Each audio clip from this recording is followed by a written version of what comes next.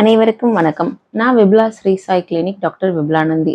நம்ம கிளினிக்ல முதுகு தண்டுவடத்தை சரி செய்யக்கூடிய ரொபோட்டிக் ஸ்பைனல் டீகம்ப்ரெஷன் மிஷினும், முட்டி தேய்மானத்தை சரி செய்யக்கூடிய ஸ்பைனல் நீ ரொபோட்டிக் மிஷினும் வச்சு நம்ம ட்ரீட்மெண்ட் கொடுத்துட்டு இருக்கோம்னு எல்லாருக்கும் தெரியும். இந்த மிஷின் மூலமா யார் யாருக்கெல்லாம் ட்ரீட்மெண்ட் கொடுக்கலாம், எந்தெந்த கண்டிஷன்ஸ்க்கெல்லாம் இது யூஸ் ஆகுங்கிறத பத்தி நம்ம இப்போ பார்க்கலாம். எல்லா பேக் பெயினுக்கும் ரொபோட்டிக் மிஷின்ஸ் தேவைப்படாது. ரொம்ப தேஞ்சு போச்சு, ஜவ்வு பிதுங்கிருச்சு, நரம்பு அழுத்திக்கிட்டு இருக்குது அப்படின்னு சொல்றவங்களுக்கு, சர்ஜரி பண்ணக்கூடிய கண்டிஷன்ல இருக்கிறவங்களுக்கு தான் இந்த ரொபோட்டிக் மிஷின்ஸ் தேவைப்படும்.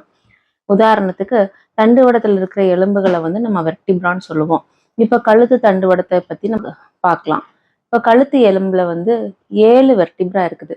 இந்த 7 வெர்டிப்ரால ஃபர்ஸ்ட் 2 வெர்டிப்ரா உதாரணத்துக்கு யாருக்காவது தேஞ்சு போச்சு அப்படின்னா, அது சாதாரண ஜவ்வு சுருங்கி எலும்பும் அந்த ஸ்பேஸ் ரெடியூஸ் ஆகி ஸ்பேஸ் குறைஞ்சிட்டு அதை நம்ம தேய்மானம்னு சொல்லுவோம். ஃபர்ஸ்ட் ஒரு 2 வெர்டிப்ரா தேஞ்சு போச்சு. 3வது வெர்டிப்ரால குருத்தா எலும்பு ஃபார்மேஷன் போன் ஸ்பர்ன்னு சொல்லுவோம், ஆஸ்டியோஃபைட் ஃபார்மேஷன் சொல்லுவோம். அந்த ஃபார்மேஷன் ஆயிருக்கலாம்.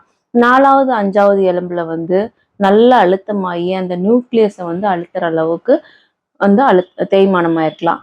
5வது 6வது எலும்புல அந்த நரம்பு அழுத்தி நரம்பு கைகளுக்கு வர நரம்பையும் ரத்த ஓட்டத்தையும் அதை அழுத்தி அவங்களுக்கு கை நம்னஸ் ஆயிருக்கலாம், மரத்து போய் ஊசி குத்துற மாதிரி வலி, சுத்தமா கைகளை தூக்க முடியாத அளவுக்கு வீக்னஸ் ஆகி இந்த மாதிரி இருக்கிறவங்களுக்கெல்லாம் நம்ம ரொபோட்டிக் மிஷின் தேவைப்படும்.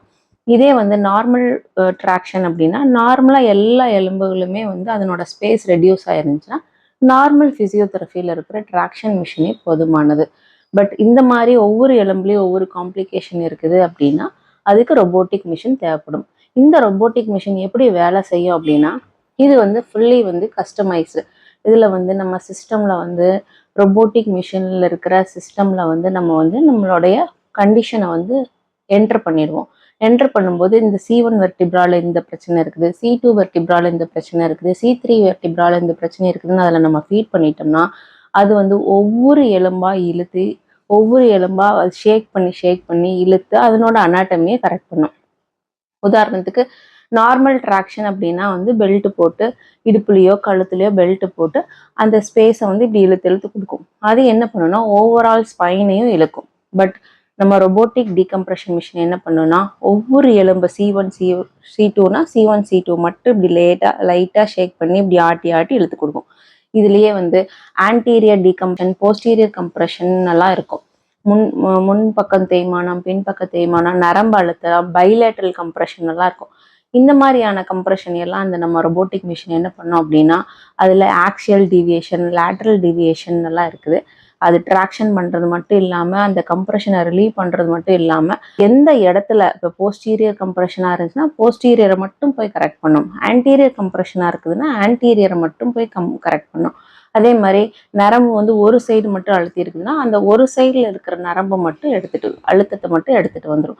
இந்த மாதிரி ஃபைனல் ரொபோட்டிக் மிஷின்ல நம்ம எந்த பார்ட்டை கரெக்ட் பண்ணணுமோ, எந்த ஆங்கிள் கரெக்ட் பண்ணணுமோ அதை அக்யூரேட்டா கரெக்ட் பண்ணி கொடுத்துரும். இதுக்கு தான் நம்ம robotic spinal decompression machine use ஆகுது. நம்ம ரொபோட்டிக் ஸ்பைனல் டீகம்ப்ரெஷன் மிஷின் ஆகட்டும், நீ டீகம்ப்ரெஷன் மிஷின் ஆகட்டும், போனோட அனாட்டமியை கரெக்ட் பண்ணி கொடுத்துரும். போனோட அனாட்டமியை கரெக்ட் பண்ணி கொடுத்தா மட்டும் போதுமானதா இல்லை. அதை திரும்ப அதே இடத்துல ரொம்ப சஸ்டெயின் பண்ணணும் அப்படின்னா அதுக்கு நம்ம மற்ற தெரப்பீஸும் தேவைப்படும். அது போக நம்ம பிசியோதெரபியில நிறைய மொடாலிட்டிஸ் இருக்குது. மெயினாக எங்ககிட்ட எலக்ட்ரோ மேக்னெட்டிக் தெரப்பி இருக்குது.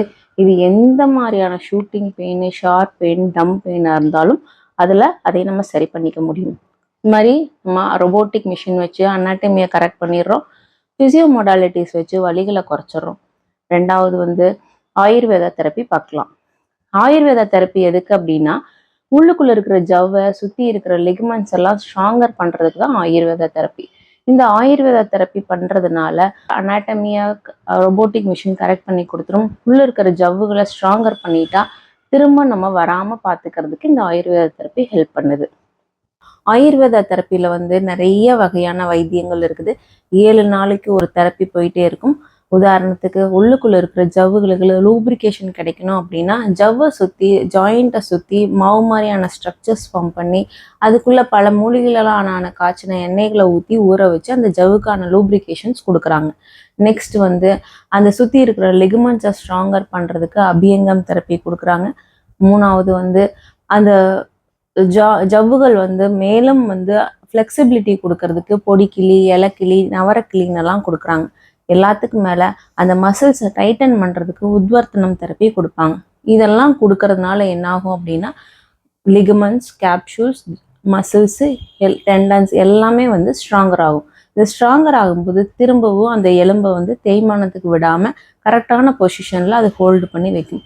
இதனால் என்ன ஆகும் அப்படின்னா நம்ம இவ்வளோ காசு செலவு பண்ணி ட்ரீட்மெண்ட் பண்ணாலும் திரும்பவும் நம்ம தேய்மானம் வராமல் லைஃப் லாங் நம்ம அதை மெயின்டைன் பண்ணிக்க முடியும். ஸோ நம்ம ஃபிசியோதெரபி கிளினிக் வாங்க. உங்களுக்கு எந்த விதமான பிரச்சனையாக இருந்தாலும் நாங்கள் ஒரு கம்ப்ளீட் சொல்யூஷன் தரோம். நன்றி.